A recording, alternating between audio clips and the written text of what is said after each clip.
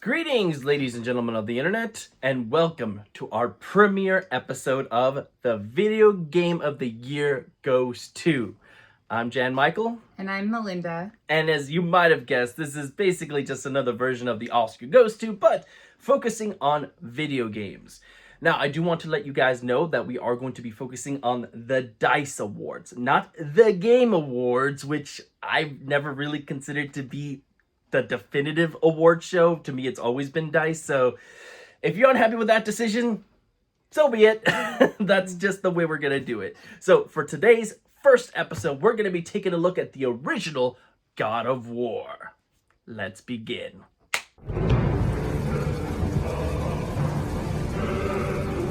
The gods of Olympus have abandoned me. Now there is no hope. Some history first. Melinda, was this the first time you ever experienced anything God of War, or were you familiar with the series before, the characters, the directors, all of that stuff? I had never played it. Like, I was aware of the series, like, just from hearing people talk about it. But I personally had never played it. I did PlayStation, but only like the early years, and it just wasn't something that seemed interesting to me in the genres that I was playing at the time. I personally had played God of War before. I've actually played through pretty much every single installment minus the PSP versions. So I am quite familiar with the series, with the game, with the director David Jaffe. In fact, I remember playing the demo for this game quite a bit when I was younger, but it wasn't until a friend let me borrow her copy in high school that I actually fully got to play it the whole entire way through, and I just remember really loving it. Just my mindset at the time, in your high school, you're like, oh, this is so cool, he doesn't care about anything. Yeah, there's nudity and sex mini games, and he's violent, and just the chaos of it all was exactly what I needed to see in my age, for me to go, oh wow, that's so cool. Obviously my thoughts have changed since then, which we'll dive into, but yeah, no, I am familiar with the series as a whole. I've pretty much played them all. So it's not my first time going through this title. Wait, how old were you when it came out? The game came out in 2005, so I must have been, like 14, 15, something like that. Okay, like I had graduated high school, so I was definitely over video games by then. Yeah, so it definitely was more of a high school thing, but yeah, no, I really, really enjoyed it, and yeah, that's pretty much all I got. Now, when God of War originally came out, it was a massive success. Generally, for everything that I just stated, it was incredibly violent, it was gratuitous, it had like this amazing story of revenge that people really gravitated towards. The kill animations on all of the creatures were very unique for the time. The gameplay itself was actually very unique. It was one of the first games that at least I remember having these like quick time events where you have to hit buttons or use the joystick to do the prompts on screen in order to pull off these fascinating kills. Now, obviously, games have come a long way since then. Some have implemented it better, but I do remember this being one of the first ones. This one, Resident Evil, and I think Shenmue were the first ones that I personally remember. But on this end, now that you played it for the first time, and obviously now playing it much later in life versus the fresh eyes that I had gone through, what were your overall thoughts about the experience as a whole? I mean, I might as well have played it when it first came out because I had not touched video games in years. I'm obviously used to better graphics nowadays, but I mean, it was a really good game. It was challenging. The quick time events you said that we're used to now, I'm not used to. So it is pretty much like me having to learn all that stuff all over again. I was used to things like combos in games like Street Fighter, like old Street Fighter, like the original consoles kind of games. But I didn't even pull those off very well then. And to be honest, I'm probably the person that would have never finished the game because I got really frustrated during a lot of the quick time events. So if it was required to move forward in the story, I was pretty much trapped. But aside from that, I think I could see why people really liked it. It had a good story. I was into Final Fantasy and games like that at the time, so I really like story-driven games. Overall, I think I'm glad I played it now and not then, Because again, I would not have continued with the game. If I got stuck and trapped, there's no one else to ask for help. I would have just been like, oh well, and just never would have found out until recordings came along on YouTube years later. And for you viewers at home, Melinda did play through a majority of the game herself. I did take over like twice, 3 times here or there during the sections that she just couldn't get past, but a majority of the game was played by her. I wanted her to experience it. I had played it multiple times before, so I was already kind of used to everything. I wanted her to experience it, so we will be going forward with her playstyle in mind. And on top of it, I do also want to mention that we played this on the PlayStation Plus kind of membership where you can stream the game. So we essentially played the original version, not any of the remasters, so that might affect our overall thoughts on the game now, but just to be as transparent as possible, just so you know what our experiences were like for this review. Alright, now before we jump into the awards aspect of the video, Melinda, why don't you tell the viewers what the story of God of War is about? Like, if somebody is coming into this fresh for the first time, what would you tell them they're about to experience? They're about to experience a very mature story game. It is a game about a person seeking revenge. He is obviously someone going after the gods, and your goal in this story is to figure out what the whole reasoning behind it is. They really hint towards, throughout the game, what there's something that's happened to him, and you need to finish the game to find out what has happened. The game is basically getting you to relate to the reason that he's been like tormented and feels like he needs to go and take out everyone. Yes, and on the gameplay front, it's very, I'd say like hack and slash, but with combo-driven moves as well. So you could really just go in and just randomly press buttons and you'll get through just fine. Obviously, if you learn the different combos, use the magic at your disposal, you'll have a much smoother time. But if that's not the type of thing you're looking for, you just want to mindlessly go in, hit buttons, you'll get through it just fine. There are some puzzle solving elements as well, and of course those sex mini games. But you know, let's go ahead and go into the awards section now. Now before we jump in, I do want to mention, especially for the DICE awards, back then this was like the 9th game to ever win Game of the Year for them. They were still kind of finding their footholds in how they were going to name certain categories. I mean, we all got to get our start somewhere, and the Oscars have constantly changed their categories, so it makes sense that this award show would as well. But what we're essentially going to do is, in certain areas, we're going to lump some of the categories together, just because they're essentially talking about the same thing. So to not make this video incredibly long, we'll kind of combine those, make it more focused on those aspects as a whole. So with that being said, let's go ahead and dive right on in. First off, we're going to be talking about Action Adventure Game of the Year. Back then, they did have these 2 categories lumped into one. Eventually, Action and Adventure would get their own category. But for now, together, the nominees here were God of War, The Incredible Hulk, Prince of Persia, The Two Thrones, Shadow of the Colossus, and Tom Clancy's Splinter Cell, Chaos Theory. The winner here being God of War.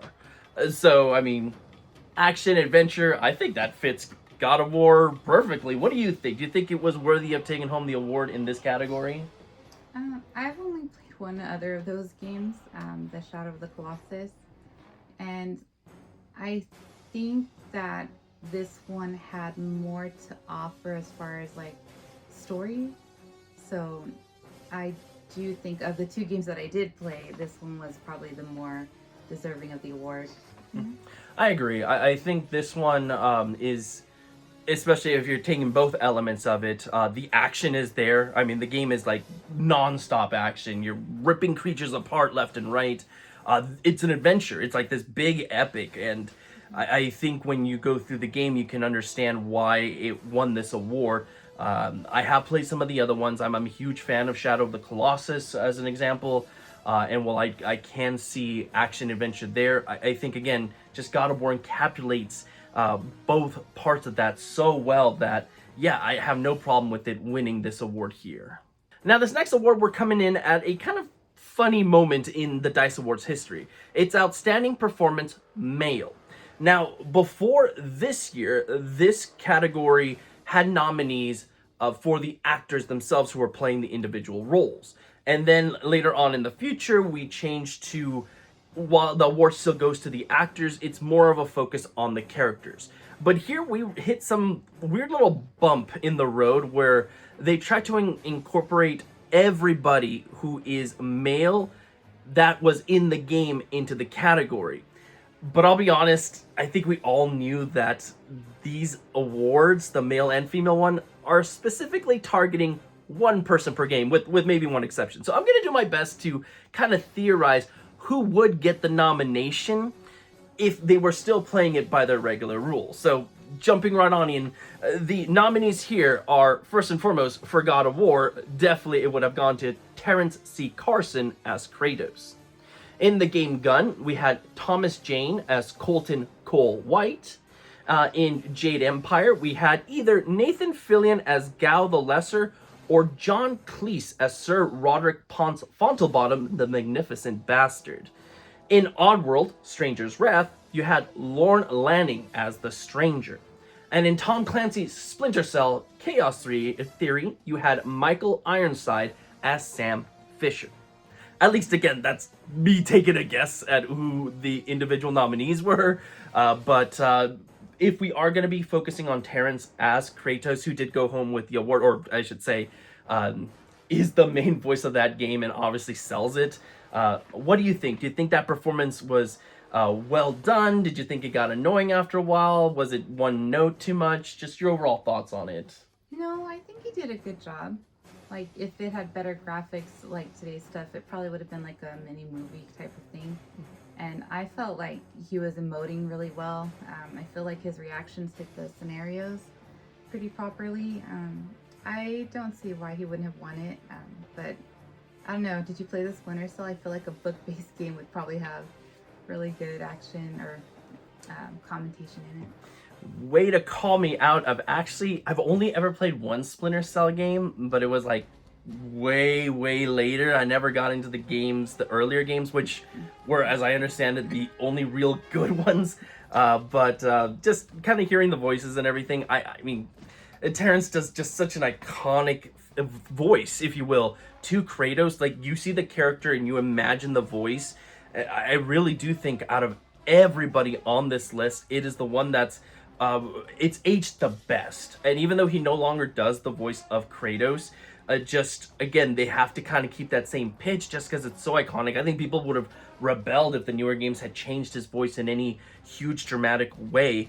To me, I think this is perfect. And again, just to reiterate, the award itself technically is supposed to go to all male performers in the game, but Terrence is the one that shines all. He's the protagonist. He has the most unique voice. Definitely, if they were going to give the award to someone, it would have gone to him, and very well deserved so. I mean, I like the Gravedigger. I feel like he was in it for I feel 4 like minutes, the maybe. best performance for what he had to work with. So, right. And I remembered him. So okay. That says something. There you go. 2 performers in there that we got to give the award to. Now, for this next section, we're going to be lumping 3 of the categories together because they're essentially talking about the same thing. I'll list all 3 and then we'll dive right on in, starting things off with Outstanding Achievement in Visual Engineering. The nominees here were Call of Duty 2, Fear, God of War, Cameo, Elements of Power, and Shadow of the Colossus. The winner here being Shadow of the Colossus. For Outstanding Achievement in Art Direction, the nominees were God of War, Jade Empire, King Kong, Shadow of the Colossus, and Ultimate Spider-Man. The winner here being Shadow of the Colossus.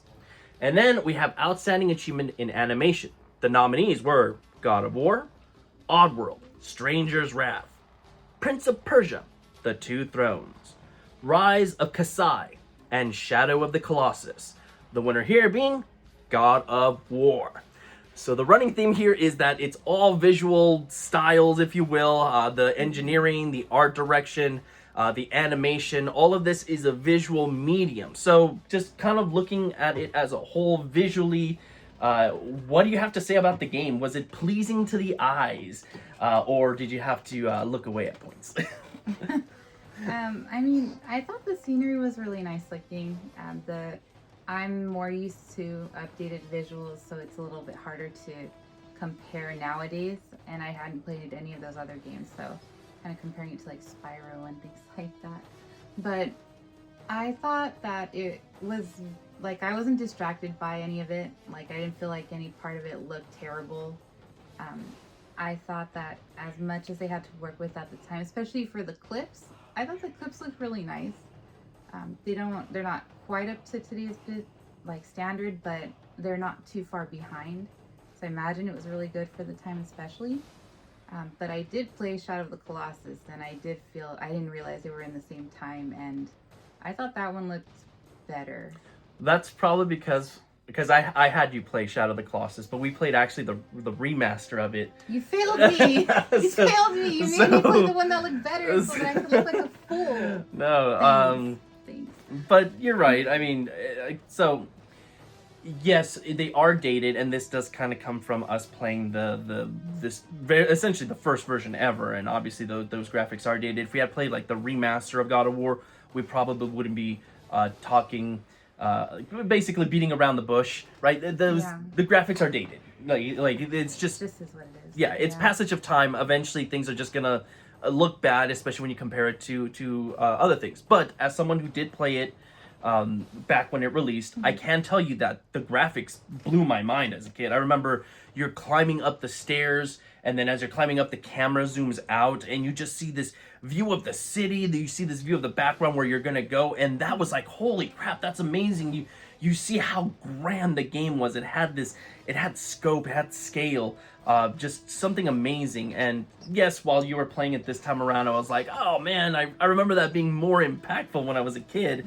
So yes, unfortunately, like with things are gonna age, and eventually it's, But I do remember playing games, and now that you're pointing that out, I do remember that the camera was more like a fixated thing. Just more like on a video clips kind of thing, was more where you'd have it's like cinematic. Yeah. So playing the game, now that you're pointing it out, yes, moving around and stuff didn't really have. I feel bad because I'm used to camera control, so I'm always like trying to move the camera myself, but it moved in ways that I could see was probably new at the time. And now focusing on it, I understand what you're talking about. Yes. I would also say just the setting, just being in ancient Greece, which, by the way, has never been my favorite, like, time era, if you will. I like the whole Hercules thing. I've never found to be too interesting myself. I don't know, just the visuals of it. I thought I've always been kind of boring. That's just me personally. I'm just talking personally. So kudos to God of War for making me just super excited to see all these creatures of myth that, I don't know, even as a kid I thought, oh, what more can you really do with them? But ripping them to pieces, stabbing the Minotaurs in the mouth, the Hydra, oh my god, just it breathed new life into it, and now I get excited just talking about it. So they turn this heathen into a believer. Yeah, so that's I mean, that's the sign of a good game. And just kind of going through it again, I was thinking of like, oh, I can't wait till you see this thing, or until you encounter this thing. So I mean, I still think some of it holds up. It's not as impactful anymore, unfortunately, but I still remember my emotions as a kid, and maybe some people will feel it as well if it's the first style of this game that they'll ever play, or whatever the case may be. Once again, for this next section, we're going to be lumping 3 categories together. Again, they're essentially talking about the same thing. Starting things off, we have Outstanding Achievement in Gameplay Engineering. The nominees here were God of War, Guitar Hero, Luminous, Puzzle Fusion, Nintendogs, and Zoo Tycoon 2: Endangered Species. The winner here being a tie. It was both Guitar Hero and Nintendogs. Next up, we have Outstanding Achievement in Game Design. The nominees here were God of War, Guitar Hero, King Kong, Nintendogs, and Psychonauts. The winner here being Guitar Hero. And lastly, we have Outstanding Innovation in Gaming. The nominees here being God of War, Guitar Hero, the movies, Nintendogs, and Shadow of the Colossus. The winner once again being Guitar Hero. This is Guitar Hero, like, sweeping all those. But so for those of you who want a little bit more of a deeper dive, we're talking about gameplay here, right? What is new, what is exciting, what it did best. And I mean, yeah, when you're taking a step back, Guitar Hero was the first of its kind, just having a guitar peripheral. Not only that, but starting things off, it was easy because you only had like 3-4 buttons you had to do, and then learning the 5th one and thinking you'll never get the hang of it, and then it just like clicks into place is mastery. So I understand why Guitar Hero went home with a whole bunch of those awards. But putting the focus back on God of War, you played the game more than I did in this last round. What did you feel about the controllers? Do you feel they were dated? Were you frustrated with anything, or did you think it was cool? Just all the gameplay mechanics, the magic, the quick time events, all of that aspect to it. I'll be honest, I was more forced into having to utilize those because, as mentioned earlier, I didn't do like combos and things. I knew they were there. I just did not have the capacity to like be focusing on learning them just to beat a game. So to have to be forced to do them to move forward was hard. To me, the brilliance of the gameplay of God of War is how it is very cinematic. It combines that with the gameplay itself. So for instance, it's not you defeat a monster, you hit triangle, and then it does the whole cinematic for you of you stabbing the Minotaur in the mouth or pulling the harpy wings off. It's you are still engaged in the action. You have to tap that circle button to fully get the stab in. Otherwise, he's gonna push you off. You gotta basically take it down all over again. You have to do the motion with the joysticks, things of that nature. So you're always in the action itself. The reins are never really pulled away from you. Because I think it would have been so easy to be like, oh, you defeated it, click this button, it'll do the rest for you. That to me is, I remember as a kid, was so cool about it. And especially because what I said earlier, it was one of the first times I ever saw a game really do that. It was that one, Resident Evil, Shenmue. Before that, you would see those things in like Mario Party, where of course, what else could you do? It's not like you were playing a story. You had to like hit buttons, joystick, whatever the case may be. So to see that integrated into an action game, an adventure action game like this, that was mind-blowing at the time. Where I do think it maybe hurts is, as I mentioned, passage of time. Other games have done it better. Other God of War games have done it better, and they are much more like intuitive now. It flows much more cleanly, I would say. But I don't want to diminish that, especially because at the time it was so impressive to see this type of style come into being, if you will. Yeah, because the only game that I remember utilizing a little bit of something like that was Final Fantasy VIII. Like you could do a combo and hit buttons to kind of increase your hits or your attack power, something like that. So if you didn't time it right, you only got 1 or 2, and you're like, oh man, I think I got like 5 or 6. So I understand what you're saying. I'd like a more advanced version. Yes. So to me, when you're looking at the awards, yes, Guitar Hero makes complete sense, and Nintendogs to a degree, though that one's a bit odd to me. But yeah, just what God of War did, I think can't be understated. I think it was very important to the gaming landscape. I'm sure people would have figured out eventually, as again, you had 2 other games that had basically done it around the same time. But just being a pioneer, it was so important. And I'm sure we owe a lot to God of War for some other games that we played in the future that I'm sure we love as well. And I'm sure that Guitar Hero didn't get a boost from the popular songs you were playing too. Well, I'm sure that influenced them, right? Yeah. Speaking of songs, let's go into our next category. Okay, so we are lumping the next 2 categories together because they are essentially both talking about things that you hear. So beginning things off, we have Outstanding Achievement in Sound Design. The nominees here were Condemned: Criminal Origins, Fear, God of War, King Kong, and Tom Clancy's Splinter Cell: Chaos Theory. The winner here being God of War. And then we have Outstanding Achievement in Original Musical Composition. The nominees were God of War, Gun, Jade Empire, Cameo, Elements of Power, and Rise of Kasai. The winner here being God of War.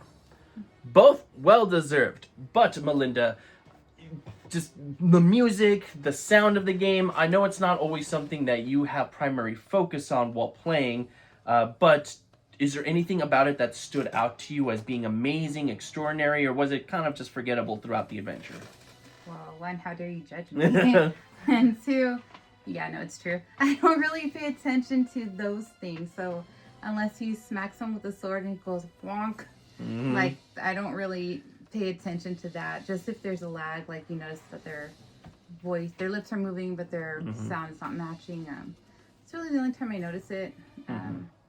I mean, I didn't think that any of the music didn't seem to match the scenarios at the time. This is not a strong category for me, to be honest. So no worries. I mean, unless you tell me I need to have this as a feature in a video for judgment, I'm probably never really gonna pay attention to that. No worries. So I am kind of two minds. So one, on the sound front, like you said, it needs to be something unique for it to stand out to me. I will say there are certain things, sound effects in God of War, just like the thunder going off, some of the magical spells, even just like picking up the items, I don't know, that's the best way I could describe it, sound. They are iconic just because I know them so well because I've played the game so many times. Plus they kind of get reused in the later games as well. So they're just kind of ingrained in my mind. I can't say for sure that the sound is like extraordinary, but for me being able to recall those sounds, it's got to be doing something right. The music, on the other hand, I think is fantastic. The music is something that I've noticed even as a kid. Just the bombastic score of it, like how powerful it is. You could easily put it on and I'll immediately recognize it. So I'm going to defend the song because I do think the original song composition, the musical composition, I think just hits so hard. And I think it's just one of the best things. It wouldn't be God of War without the music. It creates that epic feel to it. So to me, it fits. But I understand this is not an aspect that a lot of people really focus on while playing unless it really stands out, at least what I found amongst my friends. But to me, it did stand out, and I enjoyed those very much. Lastly of all, we are combining these final two categories, but it's because it's essentially the same thing. Back then, the DICE Awards used to split their essential game of the year into kind of like this triangle, if you will. There was a PC game of the year, there was console game of the year, and there was overall game of the year. Sometimes it was redundant, as we are about to see, because this year, console game of the year and overall game of the year are the exact same. So just doing it once, the nominees for console game of the year and overall game of the year were Call of Duty 2, God of War, Guitar Hero, Nintendogs, and Shadow of the Colossus. The winner here being, of course, God of War. We're talking about it. So we've talked about the individual aspects of the game, things that we like, things that we thought were just okay, areas where time has not been so kind to it. But overall, what do you think of the entire experience? Did it all come together to create something unique, exciting? Just tell me your feelings overall. Yeah, I would put this game on a list of games that I liked. Like, if people ask me, I'd be like, yeah, I'd recommend playing it. Just because I had difficulties with it doesn't mean someone else will, you know? And if you can get past them, it's definitely worth the story and the gameplay. Maybe not the frustration at times, but, you know, again, if you can just get past it, it's a lot of fun. I see why it would win. But now I feel like I need to check out Nintendogs because I don't know how it comes so many categories. I didn't even hear about it, so. The sleeper hit where it was Nintendogs. It was robbed of its victory. I mean, Shadow of the Colossus, it's trash compared to Nintendogs. But no, for me, the overall package is very, very strong. Again, time has weakened certain elements of it, but there are certain ones that are still so fantastic. Again, I'm talking about the music, the gameplay to it, just the way that it incorporates everything. I still thought was a lot of fun. The puzzles I do think are a little bit rudimentary now, I would say. Actually, kind of seeing you solve them, maybe I didn't realize it at the time because I was a kid, but I did think a lot of it was pretty basic. So how sad. Yeah. You're playing and you're like, well, Melinda can solve it. No. this Well, must be too I don't know. simple. To me, it was obvious. I mean, even areas that I remember going, oh my god, we're gonna be here forever because I don't remember the solution to this. And then we solve it real quick, and I'm like, oh, that was not as difficult as I remember it being. So I don't know. Again, maybe just another aspect that maybe didn't age as well. But yeah, just there are moments in the game that stick out to me that I wanted to see your reaction. I always think of the moment where you have to push the guy in the cage to his doom while he's telling you, please, no. And I'm like, oh, I remember this moment sticking out to me as a kid. And now in hindsight, it's very funny. But I remember as a kid, I'm like, oh, do I need to? Do I need to? And yes, So funny. yes, you do. Just so You do know. need to. Yeah. So yeah, to me, very well deserved. I think the only other one on here, and not to compare, but the only other one on here that I would have been okay with the victory is Shadow of the Colossus. I really love that game as well. But I think in the grand scheme of things, I mean, look how many sequels God of War has had. It's definitely been the biggest impact. Not that that's always should go home with Game of the Year, but I think in this instance, very well deserved. If you've never checked it out, I definitely say go do so. But maybe do one of the remasters so you don't see look the like a troll like struggles. Melinda. So yeah, that's what I got there. Lastly of all, guys, we're going to be giving God of War a score out of 5 and letting you know if we do still recommend it for you guys to go play, which I think we've already come to the conclusion that yes, you should go be playing it, just the remaster version instead. But Melinda, it just as a whole, what score would you give God of War now in today's time? I think now in today's time, I'd probably give it a 4. It's definitely a solid 4. I only take it down for the traumatic moments that are scarred me for life, but thankfully it wasn't in the graphics that would last forever, so it wasn't as traumatic. So solid 4. I think I'm pretty much on the exact same page. I think this is a very solid 4 in today's time. Like, as a kid, I remember going, oh, this is the 5 out of 5, 10 out of 10, perfect experience, especially at the time. I think if you are young, if you're in high school, maybe getting to college, and you have that kind of no bullshit mentality that I used to, I think you might resonate with it a little bit more. I have matured, as Kratos does in the series, if you will. But overall, I do still think it's a great game, one that you should be playing. It's a 4, and yeah, I think just replaying it now made me realize, oh man, I really like this series. You already see kind of, when we get to it, the new God of War, you almost see elements of it and how it translates to that one so well, just the maturity of the character when we play that one. So I'm very much looking forward to it. That's another one Melinda has not played, and I think she's going to very much enjoy. But overall, God of War, go out and play it, or stream it. You don't have to actually go out. You can just stay home and play it. But game producers would like you to buy it. Yeah, So you I'm know. sure they would. Yes. Tell the God of War I am his no longer. Your final lesson is at hand.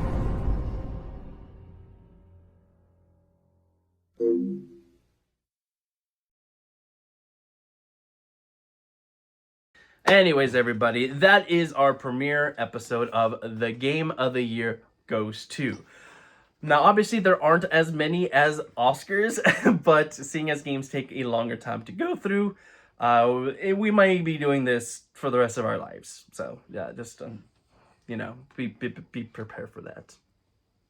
Well, until the next video, everybody, like always, stay safe out there, and have a good one.